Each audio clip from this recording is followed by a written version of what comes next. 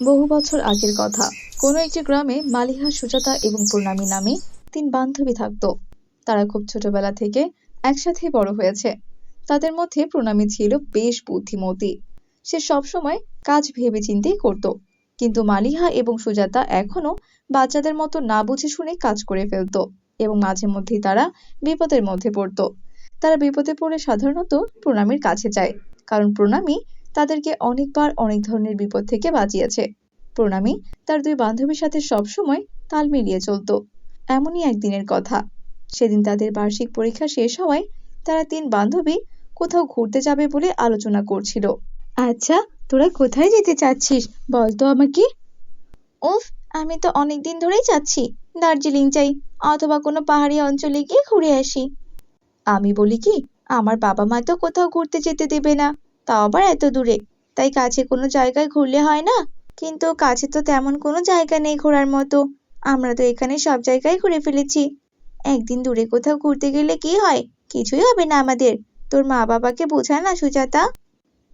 জেদ করিস না মালিহা, একদিনের জন্য কোথায় যাই বলতো? আমাদের এখনো বুঝে শুনে পা বাড়ানো উচিত। আমাদের ওপর অনেক বিপদ আপদ তো হতে পারে, তাই না?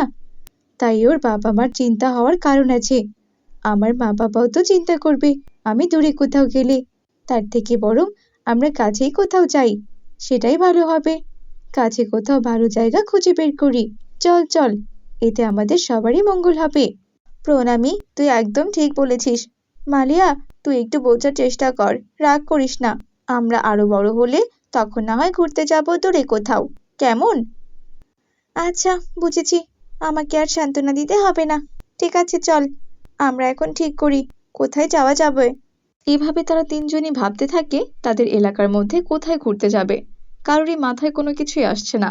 হঠাৎই সুজাতা বলে ওঠে, আমি একটা জায়গা পেয়েছি, কিন্তু সেটা যে সত্যি আছে তা কিন্তু আমার মনে হচ্ছে না। আমার দিম্মা আমাকে বলেছিল যে আমাদের এলাকার পাশে একটি গ্রাম আছে। সেই গ্রামের শেষ প্রান্তে ঘন বড় জঙ্গলে নাকি তিনটা রাস্তা আছে। একটি হচ্ছে সোনার, একটি হচ্ছে রূপার, আর অন্যটি হচ্ছে হীরার। ওই রাস্তা খুঁজে পাওয়ার জন্য অনেকে জঙ্গলের মধ্যে গিয়েছে, কিন্তু কখনো আর ফিরে আসেনি।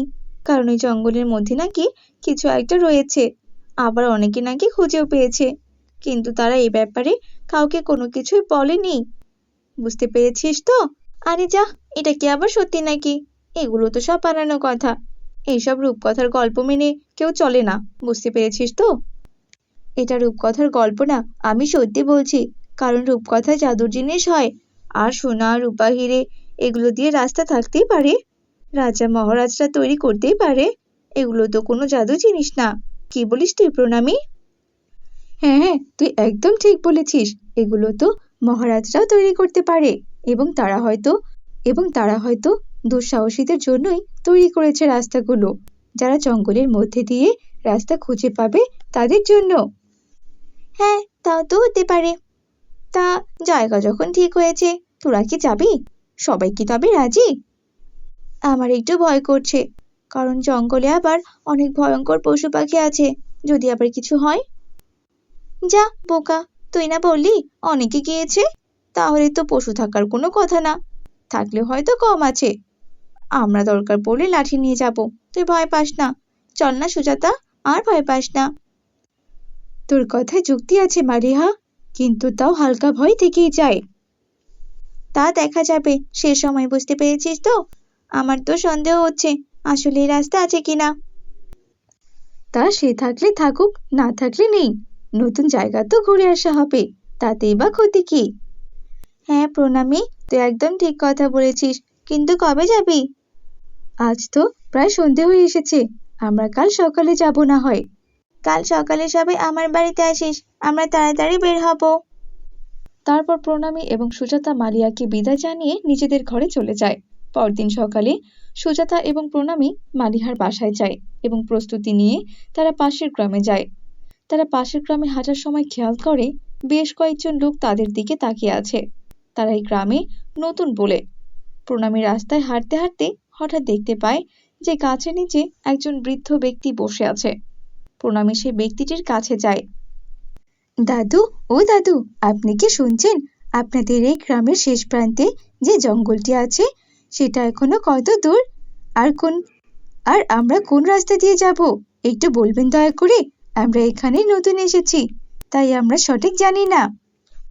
এই তো সামনেই জঙ্গলটি। তা তোমরা বাচ্চা কাচ্চা মেয়েরা জঙ্গলে কেন যেতে চাইছো?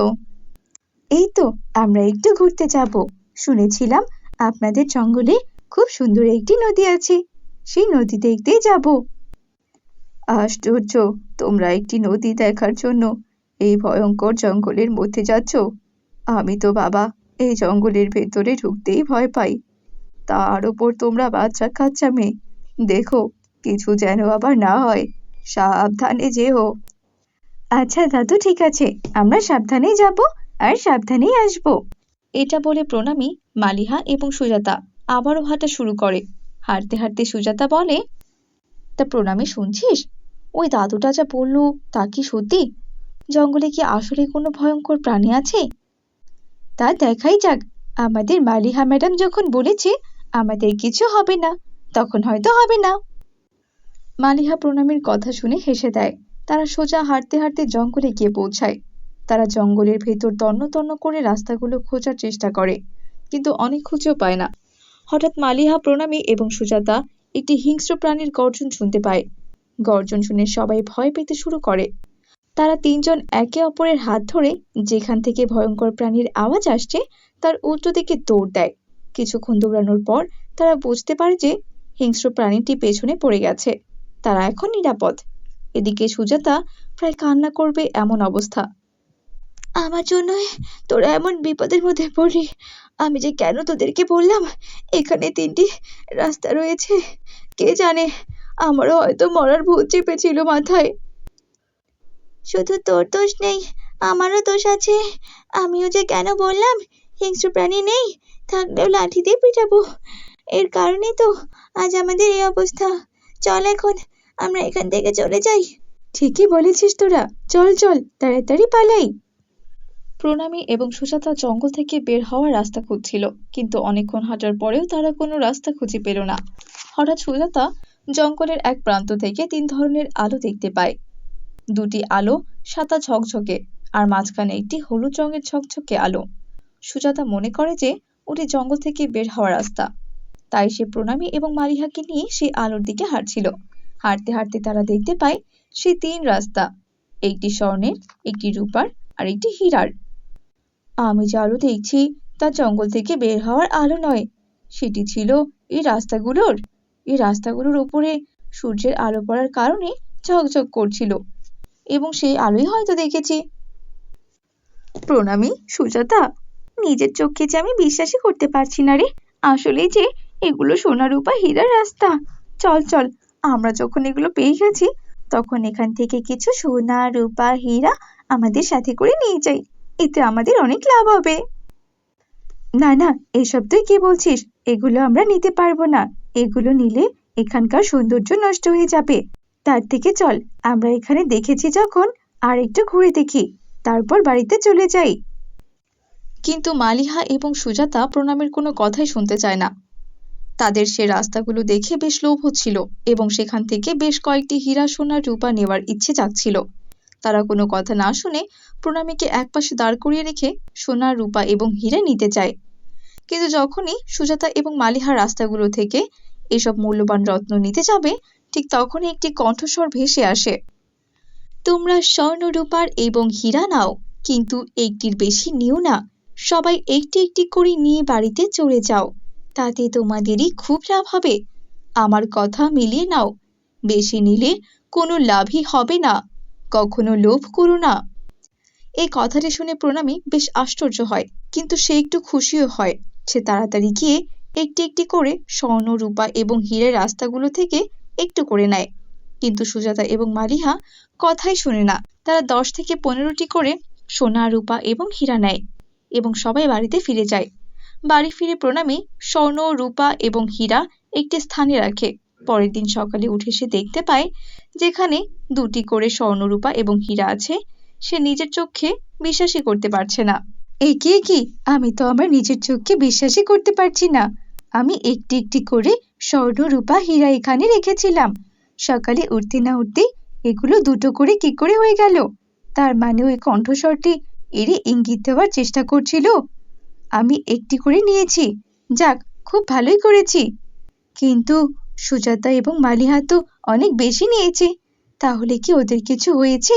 যাই তো, একবার গিয়ে দেখে আসি তো। এটা বলে প্রণামী এক এক করে মালিহার বাসায় যায়। সে মালিহার বাসায় গিয়ে দেখে মালিহা কান্না করছে। কিরে, তুই এভাবে কান্না কেন করছিস? আমি কতগুলো স্বর্ণরূপা হিরে নিয়ে এসেছি, তার মধ্যে আমার কাছে একটিও নেই। সবগুলো হয়তো চুরি হয়ে গেছে। চুরি হয়নি সেগুলো। সেই কণ্ঠস্বরটি কি বলেছে মনে আছে? একটি করে নিতে, বেশি না নিতে।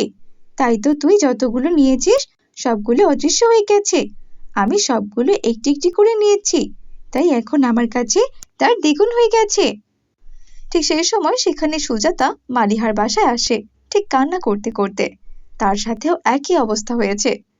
প্রণামী তখন বলে, আসলে তোরা দুজন একটু বেশি লোভ করে ফেলেছিস।